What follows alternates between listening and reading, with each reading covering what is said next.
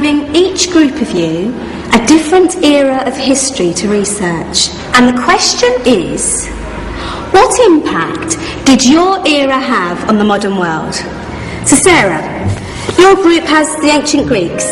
It's a bit of a challenge for you. You get the Middle Ages. Some even call it the Dark Ages. Boring. See how you get on. Yes, miss.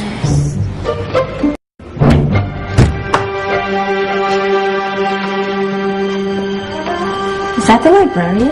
I guess so. How are the Dark Ages going to have anything to do with us? Excuse me. Sorry to bother you. What do you want? We need to find out what impact the Dark Ages had on the modern world. Never was a period of history so poorly named. Don't touch. It's priceless. And I suppose someone's been filling your head with the usual nonsense, eh? 1,000 wasted years. A black hole in history, am I right? Yeah, sort of. You see, it's always the same. You assume it was all mud, disease, death and destruction, with marauding mobs of barbarians ripping down the good of former civilizations, burning and plundering as they went. Nothing of any worth invented either, eh? Oh, no. Go on, Biofri. Sorry to bother you. Come on, it's probably not worth it. Everyone knows that the Greeks and Romans invented everything anyway. Oh, did they now? And you're sure about that, are you? You know, I might just have something for you. You seem to be up to the task. I suppose I could... Follow me. I've got just the book for you.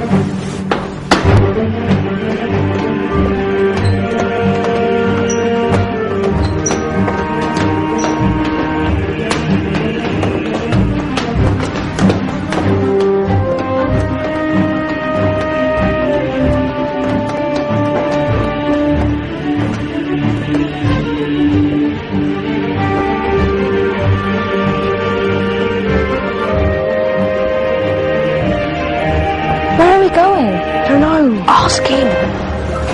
Excuse me, where are we going? From darkness into light, my young friend. From ocean onto land. There are things you should know. Oh, yes, indeed. Yes, indeed.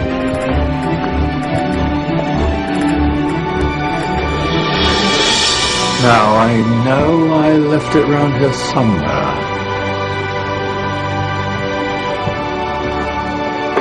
Ah! Here it is. Now, take a look. If you dare.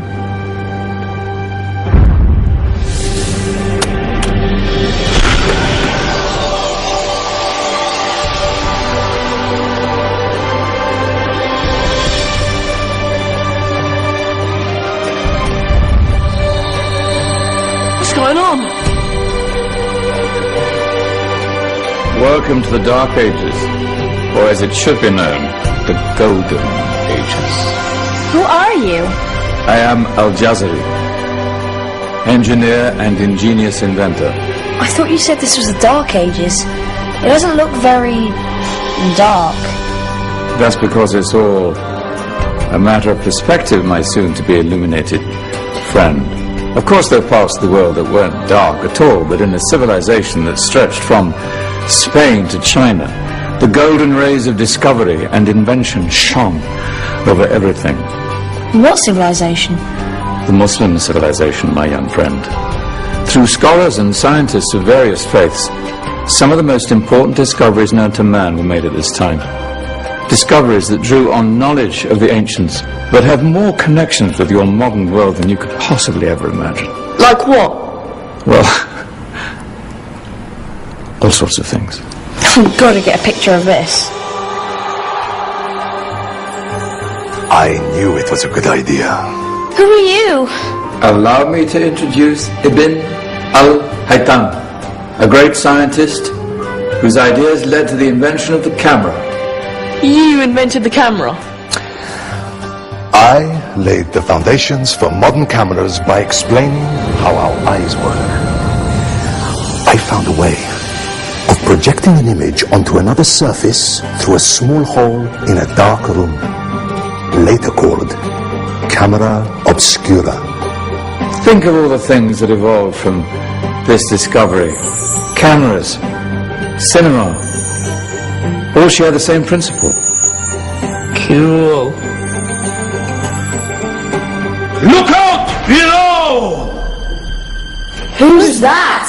That's my good friend, Abbas ibn Farnas, who gazed up to the heavens, passionate in his belief that man could fly. Whoa. Indeed, he dared to dream about flying 1,000 years before the Wright brothers. Do you know you all take your jet-setting holidays for granted, so it only seems fair to remember Abbas ibn Farnas. Stand by! I'm ready for takeoff!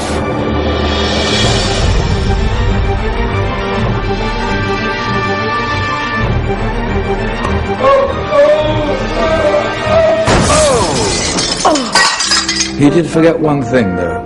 The tail, useful for landing. My back! Is there a doctor in the house? Did someone call? Ah, my old friend, why don't you introduce yourself to my young guests? I am Abul Qasim al-Zahrawi. Many call me the father of surgery. Did you actually do surgery back then? Of course we did. In fact, many of the surgical tools that I invented are still used in your modern hospitals. Excuse me, a patient needs my attention.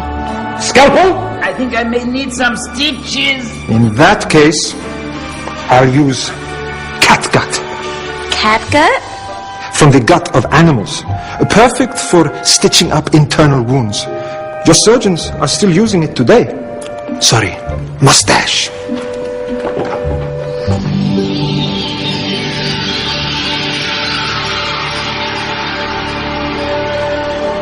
Who's she? That's Maryam al-Astrolabi, one of the many brilliant women of her time. She made sophisticated astrolabes. Astro what? Astrolabes. They show the sky and the stars on a small flat plate you can hold in your hand. Think of them as ancient calculating or timekeeping devices. Today you have your watch, your compass, satellite navigation, helping people and explorers travel the world. Science at its brilliant best. And all these things were developed during the Golden Ages. And that's just the tip of the iceberg. There were thousands of other inventions covering all areas of life, and in the years that followed, their influence spread across the whole of medieval Europe. So you see, it wasn't so dark after all. What about you? Me? What did you invent? Well, I don't want to be big-headed, but I made some groundbreaking advances in engineering. I suppose my most significant discovery converted rotary motion into linear motion using a crank and connecting rod. It's essential in pumps and engines. In fact, I've no idea how the Industrial Revolution could have happened hundreds of years later without such a device. Not that I ever get the credit I deserve. But my crowning glory was my amazing time-telling machine. My legendary elephant clock.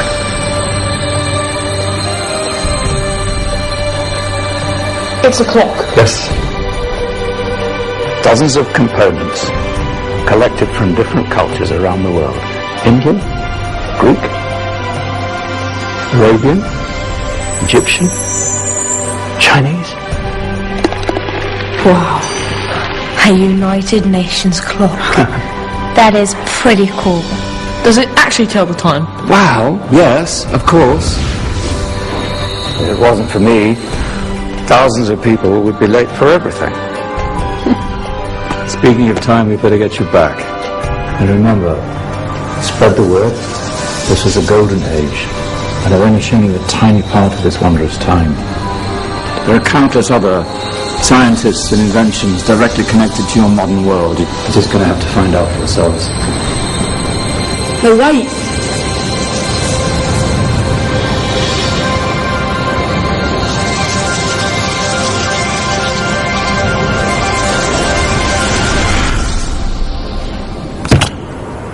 Whoa. Did you?